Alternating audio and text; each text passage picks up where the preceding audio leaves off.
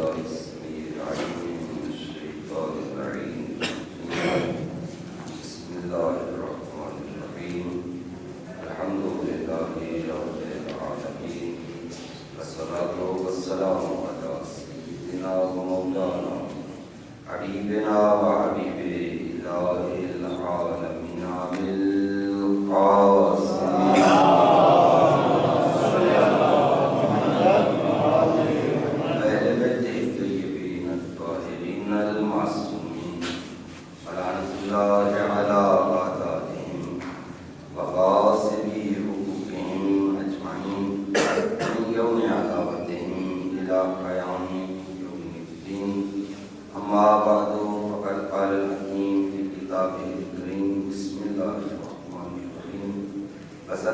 فإن الذكرى تنفع المؤمنين وما خلقت الجن والإنس إلا ليعبدون ما أريد منهم من رزق وما أريد منهم إن الله هو الرزاق ذو القوة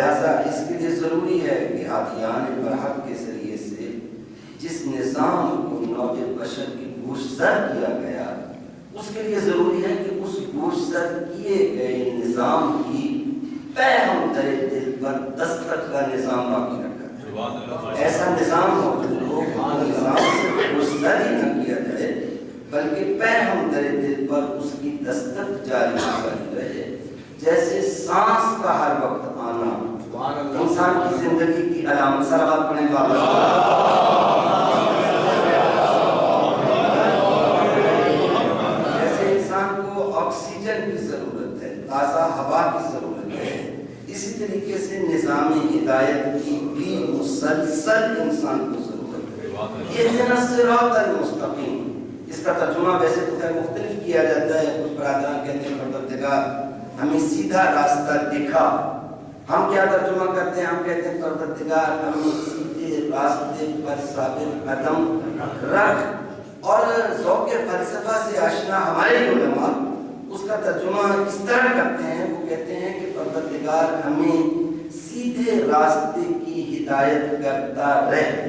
اگر آپ تھوڑی سی توجہ کریں تو یہ جو دونوں ترجمے میں نے کیے ہیں یہ ایک ہی ہیں. پروردگار ہمیں سیدھے راستے پر ثابت قدم رکھ اور پروردگار ہمیں سیدھے راستے کی ہدایت کرتا رہے. ثابت قدم رکھ کی دعا وہ بھی دوام اور استمرار کی دعا ہے. یعنی ہم سیدھے راستے پر ہیں تو پروردگار کو اس سے ثابت قدم رکھ. اور وہ جو ذوق فلسفہ سے آشنا لوگ ہیں وہ کہتے ہیں کہ پروردگار ہمیں سیدھے راستے کی ہدایت کرتا رہے. یہ بھی دوام اور استمرار کی دعا ہے. کیا مطلب؟ یعنی ہدایت ایسے ہے جیسے کہ پاور ہاؤس سے آپ کو مسلسل بجلی کی ترسیل جاری ہے تو یہ جس وقت اس کی ترسیل رک جائے گی اندھیرا ہو جائے گا. ہدایت کی پیغام انسان کو فکر و نظر کے راستے میں خواہ وہ ہدایت تقوینی ہو خواہ ہدایت تشریعی ہو. ہدایت تشریعی شریعت کے امور میں تو جس وقت ہدایت تشریعی کا سلسلہ رک جائے منکم عن دینہ کیفیت پیدا ہو جاتی ہے. انسان الٹے پاؤں گمراہی کی طرف گھوم جاتا ہے جس کی طرف قرآن کریم نے اشارہ کیا کہ ضروری نہیں کہ کوئی انسان ایمان لانے کے بعد ہمیشہ اس پر قائم رہے. یا ایھا الذین آمنوا من یرتد منکم عن دینہ فسوف یأتی اللہ بقوم.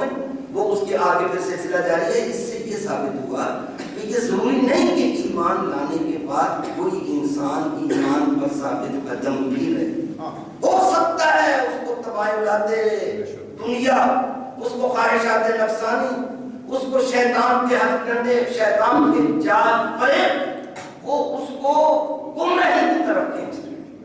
ایمان لے آنے کے بعد یہ ضروری نہیں ہو جاتا. ایمان اس کو جکڑ نہیں لیتا. ایمان اس کے اختیار میں ہے. چاہے تو با ایمان رہے اور چاہے تو با ایمان. یہ تو اس کے اختیار کی نفی ہو جائے گی نا کہ اگر اس سے ہم کہیں کہ زبردستی اس پر لازم ہے کہ اب یہ مومن نہیں رہے تو پھر گمراہی کا تو کوئی دھڑکا نہ رہا. ایمان لے آیا پھر تو جیسے بعض لوگوں نے بعض لوگوں کے بارے میں کہہ دیا کہ نہیں ایمان لے آئے تو بس آگے اس کی کوئی بات ہی نہیں.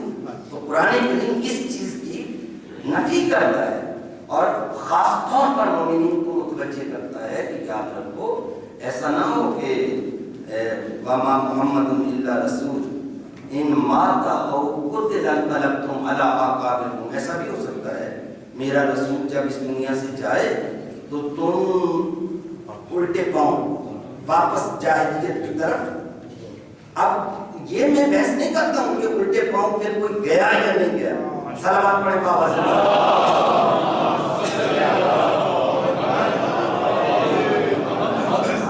فلسفے پر گفتگو کر رہے ہیں کہ ضروری نہیں ہے. ایمان نے اس کو جگڑا ہوا نہیں ہے کہ وہ الٹے پاؤں گھوم نہیں سکتا. ایمان نے اس کو قابو نہیں کیا ہوا. ایمان کوئی کمبل نہیں ہے کہ اب میں تو کمبل کو چھوڑتا ہوں لیکن کمبل مجھے. سلامات پڑھیں بابا سے.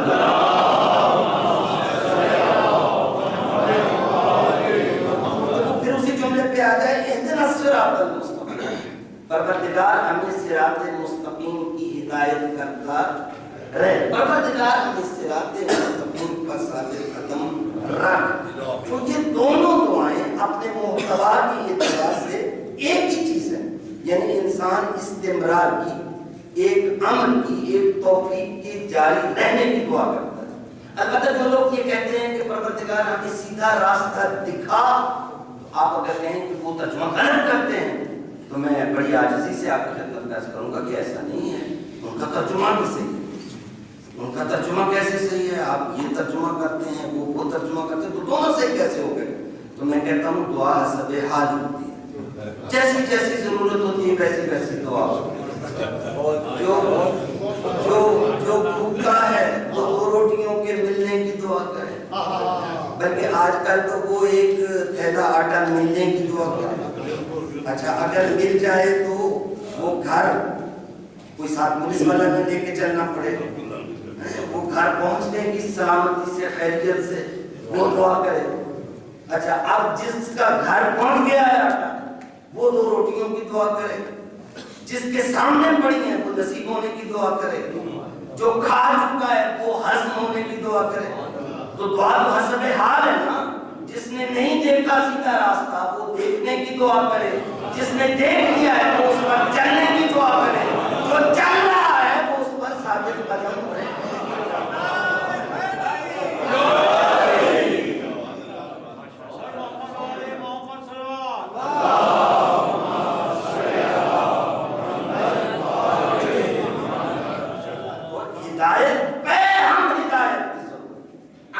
معروف اور نہیں عن المنکر کا مطلب ایک نظام ایسا ہونا چاہیے جو انسان کو مسلسل متوجہ کرتا رہے. اس کے ترے دل و دماغ پر, اس کے لوح ضمیر پر, اس کے وجدان پر مسلسل حق و صداقت کی دستک جاری رہے.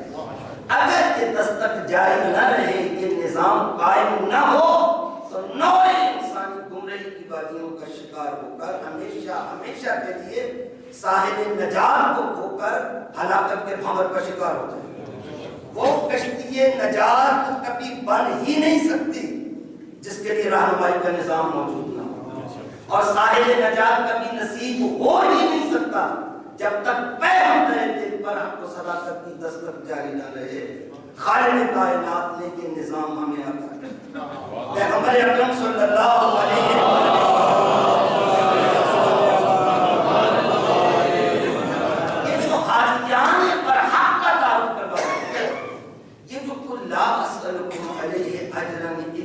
مودۃ فی القربیٰ کہہ کر صاحبان عصمت کی محبت کو اجر رسالت قرار دیا گیا. تو اب یہ خاندان پروری نہیں ہے, بلکہ میں بڑی جرأت کے ساتھ جہاں پر خاص طور پر کچھ سننے والے مختلف مکاتب فکر کے لوگ ہوں تو میں ان کے در دل پر, ان کے عقل و وجدان کے دروازے پر دستک دینے کے لیے یہ جملہ ضرور کہتا ہوں کہ اس چیز کو سمجھنا نبوت کی معرفت پر موجود.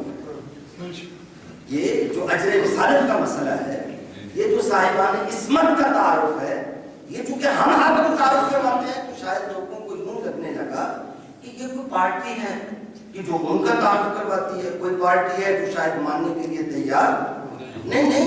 یہ کلمے کی صداقت کا مسئلہ ہے. یہ پیغمبر اکرم کی حقانیت اور صداقت کا مسئلہ ہے, اور پیغمبر اکرم کی معرفت سے مربوط مسئلہ ہے.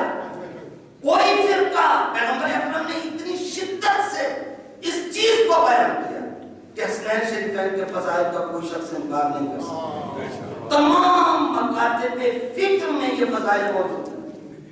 الحسن والحسین سیدہ شباب اہل, حسن اور حسین جوانان جنت کے سردار. الحسن والحسین امامان قام اوقات. حسن اور حسین امام ہیں, پیشوا ہیں, رہبر ہیں, قائد ہیں. قام اوقات, کوئی ان میں سے کھڑا ہو جائے بیان کرے تلوار لے کر تو امام ہے, اور اگر گھر میں بیٹھ جائے تو امام جو تخت پر ہے وہ نہیں ہے. قائد و رہبر و ہادی و پیشوا پھر بھی یہی ہے. امام کے لیے تخت کی ضرورت نہیں ہوتی, تخت کو امام کی ضرورت ہے.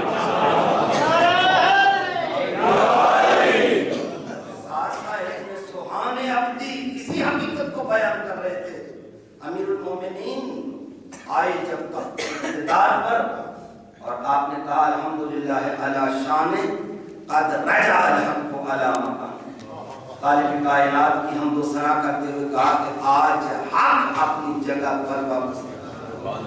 تو وہاں پر جو لوگ امام پر حق کو اس جگہ پر دیکھنا چاہتے تھے, جن کی آنکھیں ترس گئی تھیں, جو دیکھ رہے تھے لوگ کہ معاشرے کے ساتھ زیادتی ہو رہی ہے, یہ امام کو کوئی اتنا نقصان نہیں پہنچ رہا ہے جتنا معاشرے کو نقصان پہنچ رہا ہے. امام پر ظلم ہے کہ اس کا حق, اس کی عزت, اس کا شرف وہ نہیں پہچانا جا رہا ہے, یہ امام پر ظلم ہے. لیکن معاشرے پر جو ظلم ہے وہ کسی صرف سامنے کے معاشرے پر ظلم نہیں ہے, وہ روز قیامت تک آنے والے انسانی معاشروں کو ہدایت کے عمل سے محروم کرنے والا ظلم ہے. اور یہ اس ظلم کا حساب صرف اس وقت کے معاشرے نہیں مانگیں گے, بلکہ جو گمراہی کی بنیادیں رکھی گئی ہیں، جہاں جہاں تک کوئی گمراہ ہوگا وہاں تک وہ روز قیامت حساب کا طلبگار کہ ہماری عاقبت جو خراب کی ہے تو اس کے ذمہ دار وہ لوگ ہیں جنہوں نے یہ بنیادیں رکھی گمراہی کی۔ تو اب یہ ایک ایسی چیز کہ بہت سارے لوگ وہ دیکھ اس دن کے انتظار میں تھے۔ آپ کیا کہتے ہیں وہ امام کو آقا کو وہاں دیکھ کر کتنے خوش ہوں گے؟ آپ کو یہ بھی معلوم ہے کہ جب شدت ہوتی ہے خوشی کی آنکھوں سے آنسو رواں ہوتے ہیں، یعنی ان کے دل کی کیفیتیں کیا تھیں کہ آنکھوں سے اشک جاری تھے۔ سبحان اللہ۔ امام خطبہ دے رہے ہیں اسی جگہ پر جہاں پر پیغمبر اکرم بیٹھ کر خطبہ دیتے تھے، اسی جگہ پر کہہ رہے ہیں الحمدللہ علی شان قد رجع الحق علی مکانہ۔ پہلے تو گفتگویں یہ ہوتی رہی ہیں اگر ہم سیدھے چلتے جائیں تو ہمارے پیچھے چلے اور اگر ہم ادھر ادھر ہونے لگیں تو ہمیں پکڑ کر سیدھا کر دیں۔ پہلے تو یہ گفتگویں ہوتی رہی، لیکن علی ابن ابی طالب نے کہا کہ ذمتی بما اقول رہینا وانا علیہ زعیم، لوگوں کو مخاطب کر کے کہا دیکھو دور بدل گیا ہے، جو بات کہتا ہوں اس کی صحت کا ذمہ دار اور اپنی بات کہی ہوئی بات کی صحت کا اس حد تک علی ذمہ دار ہے۔ تمہیں علی کی رہنمائی نہیں کرنی، علی نے تمہاری رہنمائی کرنی، تم نے علی کو پکڑ کے سیدھا نہیں کرنا، علی نے تمہیں پکڑ کے سیدھا کرنا، اور ہدایت کے راستے کی طرف لے جانے میں تمہاری رہنمائی کے لیے اپنی بات کا اتنا ذمہ دار ہوں۔ ذمتی بما اقول رہینا وانا بہ زعیم، کہ اپنی زبان اور اپنے قول کے عوض اپنی گردن کو رحم کرتا ہوں، یعنی میں اپنی گردن اس کے مقابل میں پیش کرتا ہوں اپنی بات کی صحت کی ضمانت کے مقابل میں۔ صلوات پڑھیں بابا۔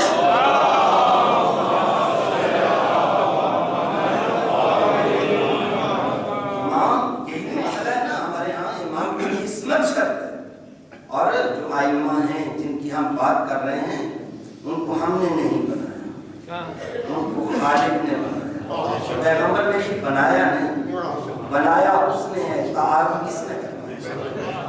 بنانا اس کا کام ہے، تعارف کروانا اس کا کام ہے، مان لینا۔ ہمارے ہاں امام وہ نہیں ہوتا جس کو جنت کا راستہ معلوم نہ ہو، ہمارے ہاں امام وہ ہوتا ہے جس کو جنت کا راستہ معلوم ہو۔ نہیں تھوڑا سا اور تو ہمارے ائمہ کے قریب آئیں، تھوڑی سی ائمہ کی معرفت تھوڑی اور تو دیکھیں کیا ہوتی ہے ان کی معرفت کے راستے، دو قدم آگے تو بڑھیں۔ میں نے کہا ہمارا امام وہ ہوتا ہے جس کو جنت کا راستہ معلوم ہو، نہیں یہ جملہ پیچھے رہ گیا، ہمارا امام وہ ہوتا ہے جو جنت کا مالک ہوتا ہے۔ الحسن والحسین سیدہ شباب اہل الجنہ، یہ جاگیر ہے حسن اور حسین، لہذا جاگیر والا جس کو چاہے عطا بھی کر سکتا ہے، لہذا امام وہ ہوتا ہے جس کو چاہے اس کا بازو پکڑ کر اس کو درے جنت پہ پہنچا سکتا ہے۔ تاریخ امامت نے آواز دی نہیں، ابھی تمہاری معرفت پیچھے ہے۔ امام صرف وہ نہیں ہوتا جو جنت کے در پہ پہنچا سکے، امام وہ ہوتا ہے جو چاہے تو جنت کو در پہ بلا سکے۔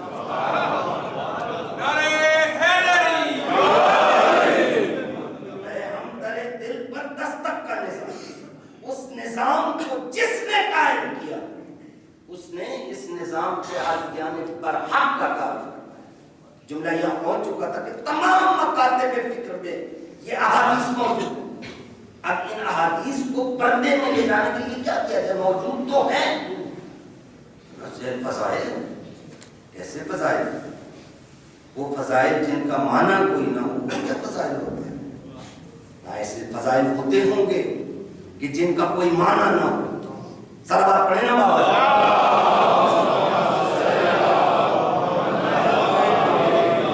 ایسا ہونا نہیں چاہیے کہ میں جملہ کہوں اور افراد جو ہیں وہ سوالیہ نگاہوں سے میری طرف دیکھیں، جملے تک پہنچنا چاہیے۔ میں نے یہ جملہ کہا کہ بعض جگہ پر ایسے فضائل ہوتے ہوں گے کہ جن کا کوئی معنی نہ ہو، لیکن وہ فضائل ہوتے نہیں ہیں جن کا کوئی معنی نہ ہو۔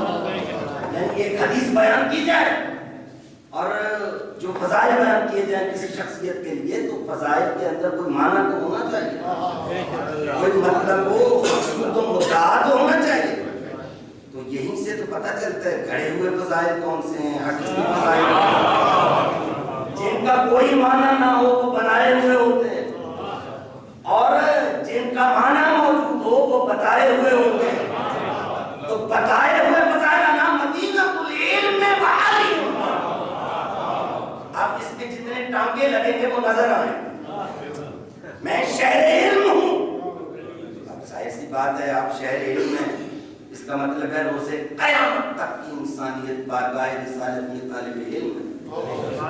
یہ استاد نوع بشر، نوع بشر ساری کی ساری شاگرد ہے، پیغمبر اکرم اس کے معلم اور استاد ہے۔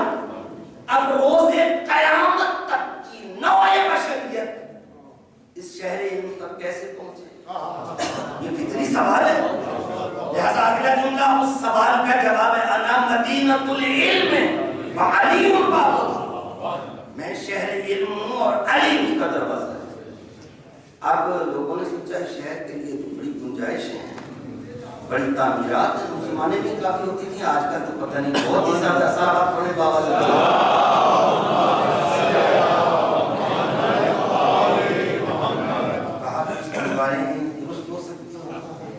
یہ تو عجیب بات ہے کہ ایک کوئی دیواریں کہا کرنا، چار طرف دیواریں اور گنجائشیں نکل سکتی، پھر چھت بھی ہوتی ہے، شہر کی چھت بھی نہیں ہوتی۔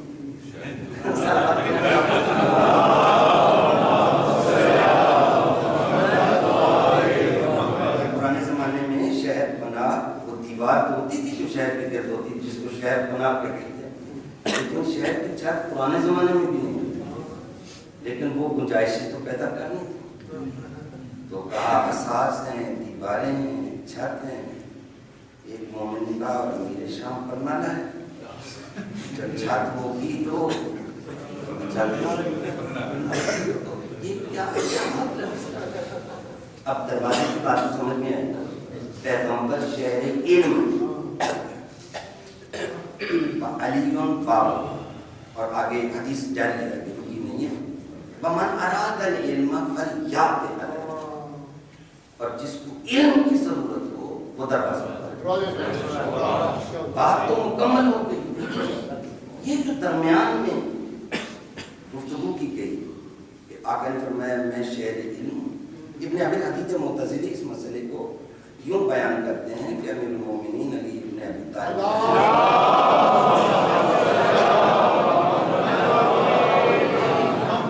70,000 ممبروں پر مولا علی کو دشنام دینا شروع کیا گیا اور باقاعدہ احکامات جاری ہو گئے۔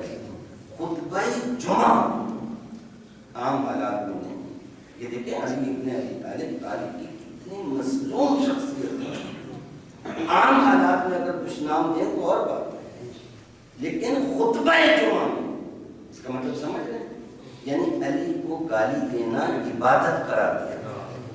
یہ بڑی اہم چیز ہے کہ صرف گالی نہیں دی جا رہی، صرف دشنام نہیں دیا جا رہا، صرف برا نہیں کہا جا رہا، بلکہ اس برا کہنے کو خطبہ جمعہ میں برا کہنے کا مطلب یہ کہ اس برا کہنے کو عبادت قرار دیا۔ آپ ان لوگوں سے کیا توقع کر سکتے ہیں، انہوں نے دین میں اور کیا کیا کچھ کیا، خطب جاری کر دیے گئے، پسندیدہ افراد، منظور نظر افراد کے لیے ایسے ہی فضائل اکٹھے کیے جائیں جیسے ابو الحسن ابو تراب۔ اب یہ سلسلے شروع ہوئے، لوگوں کا کاروبار بن گیا، لوگ قال رسول اللہ کہہ کر آتے تھے، جن لوگوں کو فضائل کی انہیں ضرورت ہوتی تھی وہ اسی طرح کی کوئی حدیث جو مولا کے فضائل میں ہوتی تھی اس طرح کی کوئی حدیث بنا کے، یہ ابن ابی حدیث معتزلی شیعہ نہیں ہے، یہ عالم دین ہے، اور انہوں نے نہج البلاغہ سے متاثر ہو کر، مولا کے کلام سے متاثر ہو کر شرح نہج البلاغہ کی، اور تاریخ اسلامیہ کے بہت بڑے محقق اور نامور عالم دین ہیں۔ یہ کہتے ہیں کہ حالت یہ ہو گئی کہ لوگوں کو کاروبار ہو رہا ہے، اور یہ ہے کہ وہ حدیثیں بنا کے لاتے ہیں اور لوگوں کو بیت المال سے پیسے دیے جاتے ہیں۔ اب بتائیں ایسی شخصیت جس کو مٹانے کے لیے بیت المال صرف ہو، جس کے دوستوں کو ذبح کیا جا رہا ہے اور ان کے گلے کاٹے جا رہے ہیں، کیا یہ تاریخ کا معجزہ نہیں ہے کہ علی نہ صرف یہ کہ آج بھی زندہ ہے، نہ صرف یہ کہ آج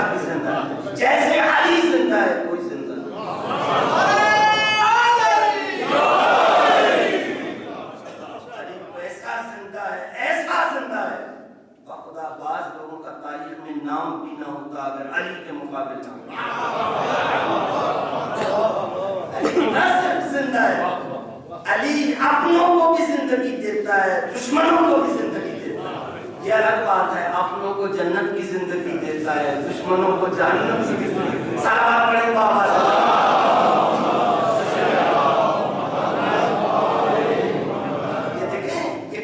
چابی کیا چیز ہوتی ہے؟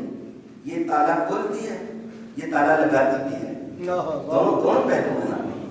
وہی آپ، میں کہتا جی میں آپ کو، میں فلاں چیز کی آپ کو چابی دیتا ہوں، تو چابی دیتا ہوں کا مطلب یہ نہیں کہ آپ صرف تالا کھول ہی سکتے ہیں، آپ چاہیں تو تالا لگا بھی سکتے ہیں۔ خالق کائنات نے اہل بیت اطہار کے ذریعے سے آپ کے لیے جنت کا راستہ کھول دیا ہوا ہے۔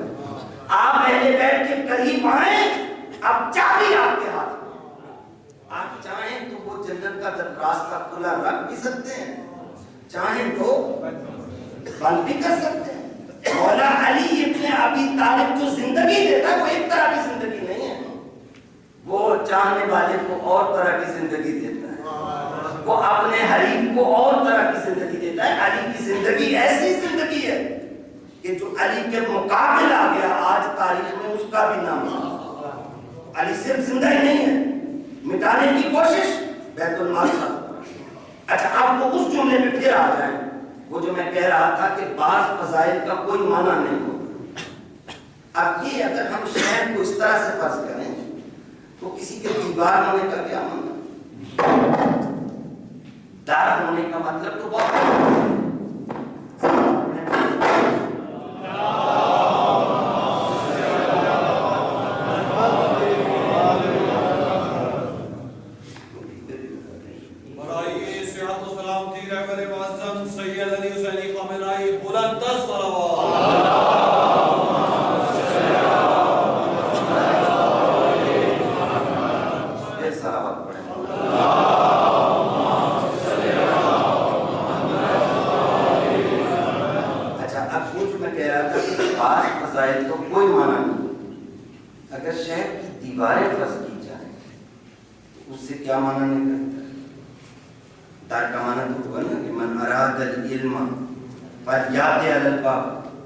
یہ روز قیامت تک کے لیے قافلہ انسانی کے معلم، پیشوا، استاد، ایسا استاد 1,24,000 انبیاء میں سے کوئی اور اس جیسا استاد نہیں۔ یہ سارے کے سارے مکتب توحید کے بلا فصل شاگرد، اور نوع انسانی ساری کی ساری مکتب انبیاء کی شاگرد، نوع انسانی متعلم شاگرد، انبیاء استاد، اور انبیاء شاگرد اور خدا استاد۔ یہ ایسے شاگرد ہیں انبیاء مکتب توحید کے جو بلا فصل شاگرد ہیں، نوع انسانی بلا فصل شاگرد نہیں ہیں، یہ بواسطہ انبیاء شاگرد ہے، اور انبیاء بلا فصل شاگرد ہیں۔ جو بلا فصل شاگرد ہیں، ارشاد ہوتا ہے تلک الرسل فضلنا بعضهم علی بعض، یہ مکتب توحید کے بلا فصل اور معصوم شاگرد بھی آپس میں برابر نہیں ہوتے۔ سبحان اللہ۔ جب مکتب توحید کے بلا فصل اور معصوم شاگرد آپس میں برابر نہیں ہوتے تو کسی نبی کے مکتب کے غیر معصوم شاگرد آپس میں برابر نہیں ہوتے۔ تو پیغمبر اکرم استاد اور اس شہر علم کا جو در ہے بلکہ تھوڑا سا اور آگے پڑھیں، کہہ رہا تھا دیوار کا کیا مطلب؟ یہ دیکھیں، یعنی اس کا مطلب یہ ہے کہ آپ جائیں گے تو یہ روک دیں گے، کبھی وہاں تک پہنچنے نہیں دیں گے۔ دیوار کا مطلب تو روکنا ہی ہوتا ہے۔ تو اچھا یہ بھی نہیں کہہ سکتے کہ میں آقا کا مطلب ہے میں شہر علم ہوں، کوئی چاہے تو در پہ آئے، کوئی چاہے تو دیوار سے چمٹ جائے۔ دیوار سے چمٹنے کا کوئی معنی، لہذا وہ درمیان میں جتنا ٹانگا لگایا تھا اس کے آگے پھر رکھ دیا، ومن اراد العلم فلیأت علی الباب، جس کو علم چاہیے وہ در پہ آئے۔ تو سوال پیدا ہو گیا کہ اگر یہی کچھ کرنا تھا تو درمیان میں آپ نے زحمت فرمائی، جو دولت بانٹی ہے اس کا کیا فائدہ؟ حسن و حسین جوانان جنت کے سردار ہیں. صلوات پڑھیں.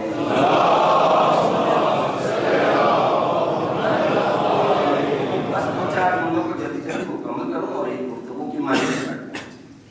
حسن اور حسین جوانان جنت کے سردار ہیں. ہم مجالس میں ہمیشہ آتے ہیں, احادیث کے موضوع پر گفتگو سنتے ہیں.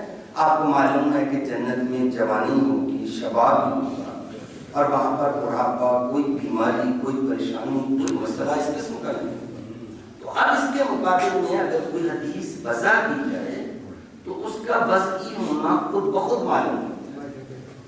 اب جس جملے پہ میری ابتدا سے نظر تھی اور جو کہنا چاہتا تھا اور بات تھوڑی بڑی تھی, وہ یہ تھی کہ پیغمبر اکرم صلی اللہ علیہ وسلم یہ جو کچھ فرمایا, یہ جوانان جنت کے سردار الفاظ فاطمہ تو سیدہ نساء اہل جنت. فاطمہ تو زہرا خواتین جنت کی سردار ہے.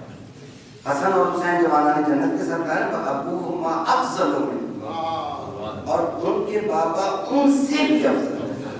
مجھے بھی دوست نے کہا کہ یہ بات سمجھ میں نہیں آئی, یہ سردار کے سردار کے اوپر کیا ہوتا ہے. میں نے کہا آپ کی پارٹی میں ایک صدر ہوتا ہے اور دوسرا قائد جماعت. صاحب پڑھے گا آپ سے, یعنی جو پہلے صدر تھے ان کو قائد بنا لیا اور صدر اور بنا لیا. تو میں نے کہا یہ ہوتا ہے. کہنے لگے سمجھ میں آتی. ابوہما افضل منہما, اور حسن اور حسین کے بابا علی ان سے بھی افضل. اب جو سوال میں قائم کر رہا ہوں آپ حضرات کی خدمت میں, وہ یہ ہے کہ جنت کیا چیز ہے. جنت پاکیزگی عمل اور سارے عمل کا نتیجہ جنت ہے. پاکیزہ عمل اور سارے عمل کا نتیجہ جنت برابر نہیں ہے. جنت کے طبقات ہیں, جنت کے درجے ہیں. جیسا جیسا سارے عمل, کچھ لوگ تو دھل دھلا کے پھر جائیں گے جنت, کچھ لوگوں کو جنت میں جانا نصیب بھی نہیں ہوگا. یہ جو لوگ جائیں گے وہ سارے کے سارے ایک درجے میں نہیں ہوں گے, اس کے درجے الگ الگ.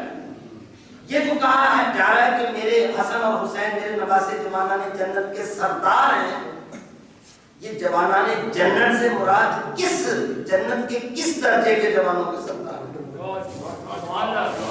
بڑی توجہ آپ. یہ فاطمہ الزہرا جو خواتین جنت کی سردار ہے, یہ جنت کے کس درجے کی سردار ہے؟ معلوم ہوا جب یہ نہیں کہا کہ فلاں درجے کی سردار ہے تو اس کا مطلب یہ ہے کہ جو بھی جنت میں ہو, جتنے بھی درجے ہیں صالحین کے, متقین کے, اولیاء کے, محسنین کے, ابرار کے, شہداء کے, صدیقین کے, جتنے بھی درجے ہیں ان تمام درجوں پر جو سرداری ہے وہ مردوں میں حسن و حسین کی ہوگی, عورتوں میں جناب فاطمہ الزہرا.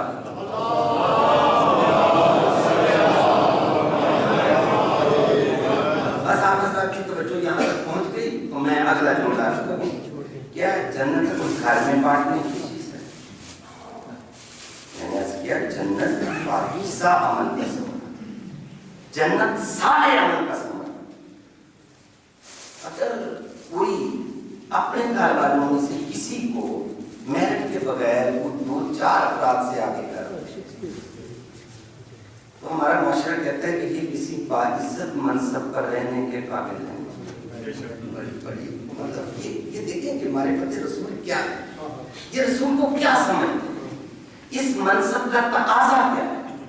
خاتم الانبیاء کا منصب, یہ جو منصب یہاں کے ہیں یہ تو کوئی حیثیت ہی نہیں ہے. خاتم الانبیاء کا منصب ایسا منصب کہ جب سے کائنات بنی ہے جب تک رہے گی اس منصب کے برابر کوئی اور منصب. تو ایسے منصب والے کو تو عدالت کی, اصولوں کی, اقدار کی, معیار کی, باقی سب لوگوں سے زیادہ رعایت نہیں کرنی چاہیے. اگر میرٹ کے بغیر اپنے گھر والوں کو یہ آگے بڑھانے لگے تو دنیا میں اصول کہاں باقی رہے گا. دنیا میں اصول و اقدار کی حکمرانی کا تصور پھر کون قائم کرے. اور اگر یہ آگے کرے کوئی اور آگے کرے تو کہتے ہیں منصب کے قابل نہیں. خاتم الانبیاء یہ کام کر سکتا ہے جو عام آدمی کے لیے زیبا نہ ہو. اور جب کہہ رہے ہیں کہ یہ جوانان جنت کے سردار ہیں، اب یا تو میرٹ پہ کہا، سلوات پڑھیں گا.